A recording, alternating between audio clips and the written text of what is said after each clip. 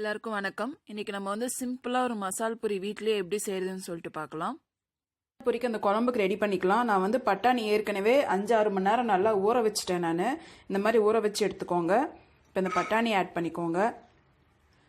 முன்னாடியே ஊற வச்சிருங்க. இப்போ அடுத்த நாள் நீங்கள் செய்கிற மாதிரி இருந்தால் முன்னாடி நாள் நைட்டே கூட நீங்கள் ஊற வச்சிடலாம். இல்லைன்னா நல்லா சுடு தண்ணி காய வச்சுட்டு அதுக்கப்புறமேட்டுக்கும் அதில் வந்து பட்டாணி போட்டிங்கன்னா உங்களுக்கு இன்னும் சீக்கிரமே ஊறிடும். மாதிரி பட்டாணி போட்டுட்டு இப்போ இதுலேயே வந்து உருளைக்கிழங்கும் நம்ம இதுலேயே ஆட் பண்ணி நல்லா வேக வச்சு எடுத்துக்கலாம். நான் வந்து ஒன்றாவே வேக வச்சுக்கிறேன். இப்போ இதில் வந்து தண்ணி ஆட் பண்ணி நல்லா ஒரு 3 விசில் வந்து ஹை ஃப்ளேமில் வச்சுட்டு அதுக்கப்புறமேட்டுக்கு சிம்மில் வச்சு ஒரு விசில் விட்டிங்கன்னா கரெக்டாக இருக்கும். பட்டாணி உருளைக்கிழங்கு ரெண்டும் வெந்ததுக்கப்புறம் நல்லா ஒரு ஸ்மேஷர் வச்சு நல்லா ஸ்மேஷ் பண்ணி விட்டுக்கோங்க. அந்த பட்டாணியெல்லாம் முழுசாக இருக்க வேண்டாம். அதனால்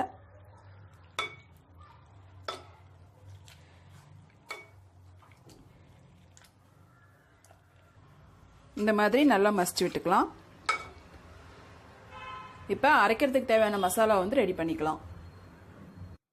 இப்போ மசாலா ரெடி பண்ணிக்கலாம். ஒரு 2 டேபிள் ஸ்பூன் எண்ணெய் விட்டுருக்கேன். இதில் ஒரு சின்ன பட்டை, 2 லவங்கம், கொஞ்சம் மிளகு இதை ஆட் பண்ணிக்கிறேன். எண்ணெய் வந்து சூடாயிடுச்சு. இதை ஆட் பண்ணிவிட்டு இதுலேயே வெங்காயம்,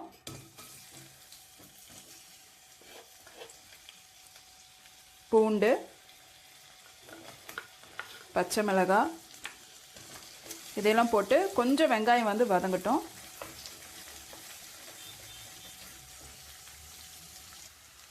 இது அப்படியே கொஞ்சம் பாதி அளவுக்கு வதங்கினா போதும். ஏன்னா மறுபடியும் நம்ம அரைச்சிட்டு கொதிக்க விடுவோம். அதனால பாதி வதங்கினா போதும். இந்த அளவுக்கு வெங்காயம் டிரான்ஸ்பரண்ட் ஆனதும் இதில் தக்காளி ஆட் பண்ணிக்கலாம். தக்காளி போட்டு சும்மா ஒரு 2 மினிட்ஸ் இருக்கட்டும். அதுக்கப்புறம் நம்ம எடுத்து அரைச்சிடலாம்.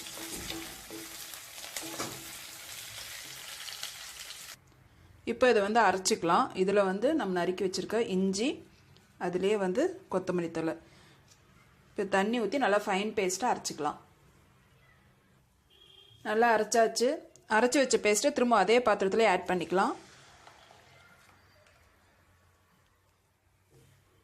இதுலேயே நம்ம வேக வச்சுருந்தா பட்டாணி உருளைக்கிழங்கு மசிச்சு வச்சுருந்ததில் அதுவும் ஆட் பண்ணிக்கலாம்.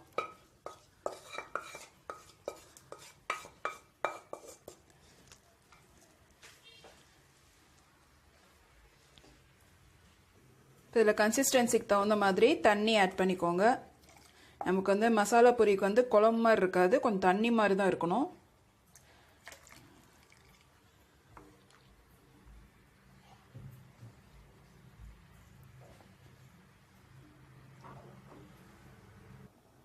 One teaspoon chaat masala, 1 teaspoon garam masala, அதுக்கப்புறம் ஒரு 1 டீஸ்பூன் வந்து மிளகாய்த்தூள், உப்பு வந்து தேவையான அளவு. உப்பு டேஸ்ட் பார்த்துட்டு போட்டுக்கோங்க. இப்போ இது நல்லா ஒரு கொதி வரட்டும். நல்லா இப்போ கொஞ்ச நேரம் நல்லா கொதிச்சிருச்சு. நம்ம அந்த போட்ட அந்த மசாலா எல்லாம் பச்சை வாசனை போகணும். அந்த பவுடர்லாம் போட்டதெல்லாம் அது வரைக்கும் நல்லா கொதிச்சதும் நம்ம ஆஃப் பண்ணிட்டோம்னா நம்ம மசாலா பூரிக்கான குழம்பு வந்து ரெடி ஆயிடுச்சு. இப்போ இது வந்து நம்ம சர்வ் பண்ணுறது மட்டும்தான். பூரி வச்சுக்கோங்க. சும்மா 1-2 உடச்சி விட்டுக்கலாம்.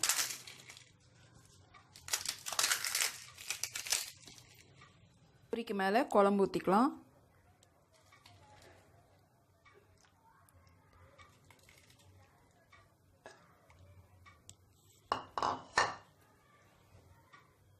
குழம்பு வந்து நிறைய ஆட் பண்ணிக்கோங்க. அப்போ தான் அந்த பூரியெல்லாம் கொஞ்சம் இழுத்துக்கும். இதுக்கு மேலே கொஞ்சம் சேவை ஆட் பண்ணிக்கோங்க. கொஞ்சமாக வெங்காயம், இதுக்கு மேலே கொஞ்சமாக கொத்தமல்லி தழை. அவ்வளோதான், நம்மளோட மசாலா பூரி வந்து ரெடி ஆயிடுச்சு. உங்களுக்கு வந்து ஸ்வீட் சட்னி தேவைப்பட்டால் நீங்கள் ஸ்வீட் சட்னி ஆட் பண்ணிக்கலாம். அது வந்து ஆப்ஷனல் தான். வேணும்னா நம்ம சேர்த்துக்கலாம். ஸ்வீட் பிடிக்கும் அப்படிங்கிறவங்களுக்கு, பிடிக்காதவங்களுக்கு இது மட்டுமே போதும்.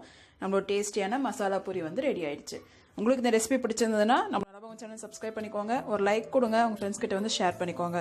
இதேமாதிரி வேறு ரெசிபியோட உங்களை மீட் பண்ணுற வரைக்கும் தேங்க்யூ. Bye bye.